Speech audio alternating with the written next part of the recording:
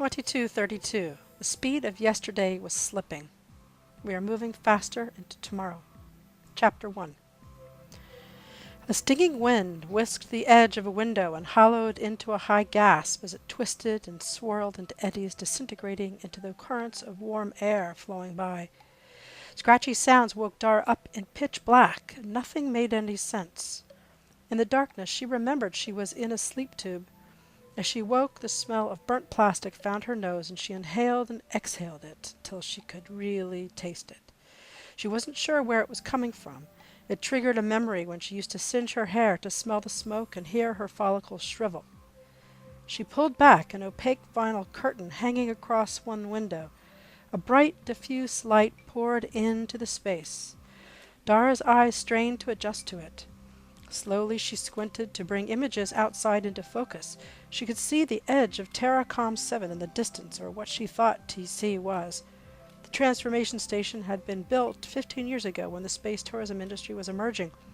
The glass of its sides were visible, and one side caught a reflection, sending a shock of light in her direction. She shut the curtain, and it went dark. Sitting in the tube, she thought about the absence of light, and how her eyes could only see if photons were present. She moved the curtain again to the side, and light poured in. Tomorrow, she thought, she'd be in that building across the way, and everything would be different. A sharp high tone sounded. An iBot appeared over her cot. It stood to the left of scrolling numbers, news, images, and text. Time to awake.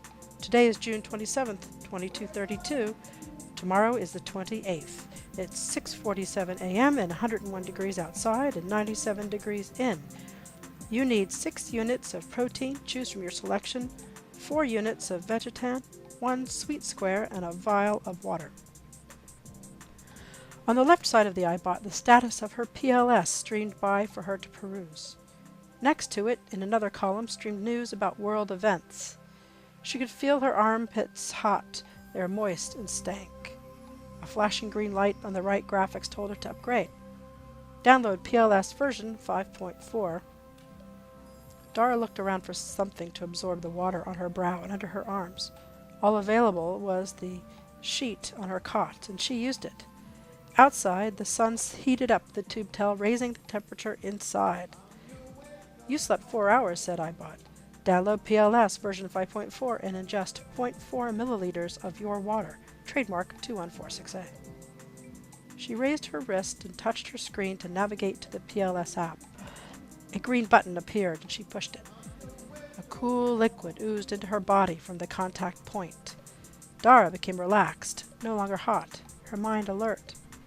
Documents ready, and your magcar will be here in 20 minutes. You are scheduled to arrive at Terracom 7 at 8:30 a.m. She gestured in the air towards the graphics. A blue light blinked on the bottom light of the frameless image, and the upgrade completed. Graphics appeared in the white bold letters. DNA, Pass 1, version upgrade complete. Another tone sounded. Your food is ready, said iBot. Dara waved from left to right to acknowledge the message. Bright ads about the glamorous life of space tourism appeared in front of her. She stared at them and then chose to click on an audio track instead being offered in the ad. A final tone sounded. Her food arrived on a tray through an opening on the wall. She ate quickly, but knew it was one of her last.